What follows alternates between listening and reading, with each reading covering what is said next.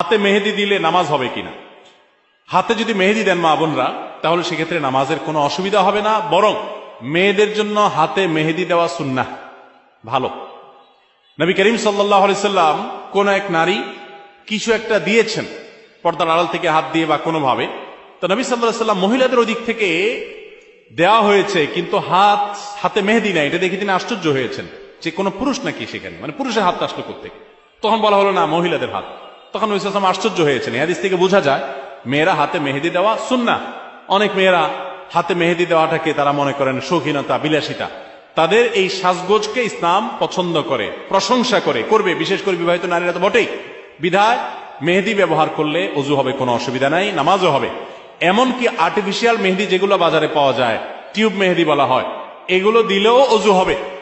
এগুলো দেওয়ার ফলে অনেকে মনে করেন অজু হবে না, কারণ এগুলো দেওয়ার ফলে অনেক সময় এই মেহেদিগুলো খসে খসে পড়ে, চামড়া খসে পড়ার মতো। তো এটা আসলে চামড়া খসে পড়া না, এটা চামড়ার উপর আলাদা কোনো আবরণ বা স্তর সৃষ্টি করে না, বরং এক ধরনের কেমিক্যাল থাকে অ্যাসিডের মতো। এটার কারণে চামড়ার উপরে সূক্ষ্ম লেয়ারটা, যেখানে বেশি মেডিসিন পড়ে সেখানে একটু খসে পড়ে।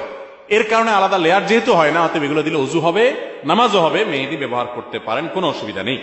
এবং মেহেদি চুলো ব্যবহার করা যায়, পায়ে চাইলে পায়েও মেহেদি ব্যবহার করা যায়। অনেকে বলে না, যেই মেহেদি দাড়িতে চুলে ব্যবহার করা হয়েছে, নবী সাল্লাল্লাহু আলাইহি সাল্লামের সুন্নাহ যেটি আপনার দাড়ি চুলকে সাদা হয়ে গেলে সেটাকে অন্য কালারে, মেহেদির কালার ইত্যাদিতে পরিবর্তন করার নির্দেশ তিনি করেছেন, তাহলে সেটা কিভাবে আমরা পায়ে দিতে পারি? অনেকে বলেন এটা একেবারে অযৌক্তিক কথা এবং শরীয়ত কথা, এটা নিষেধ করে না যে পায়ে মেহেদি দেওয়া যাবে না, পায়েও মেহেদি দিতে পারেন।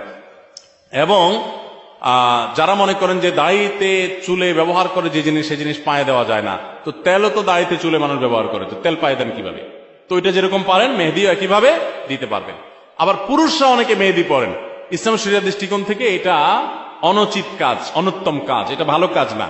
এটা মেয়েদের জন্য আল্লাহ তাআলা রেখেছেন, তারা সাজগোজ গ্রহণ করবে। দেখেন কিছু জিনিস আছে মেয়েদের জন্য স্পেশাল, এগুলো ছেলেরা টানাটানি করতে যাবে না। ছেলে মানুষ, আপনি মেহেদি হাতে দিতে যাবেন না, আপনার মেয়ে, আপনার স্ত্রী, তাদেরকে মেহেদি হাতে দেওয়াবেন। আমাদের দেশে অনেক ছেলেরা আছে এই কাম করে। এখন কিয়ামত যত নিকটবর্তী হচ্ছে, ছেলেদেরটা মেয়েরা, মেয়েদেরটা ছেলেরা ধারণ করা শুরু করেছে।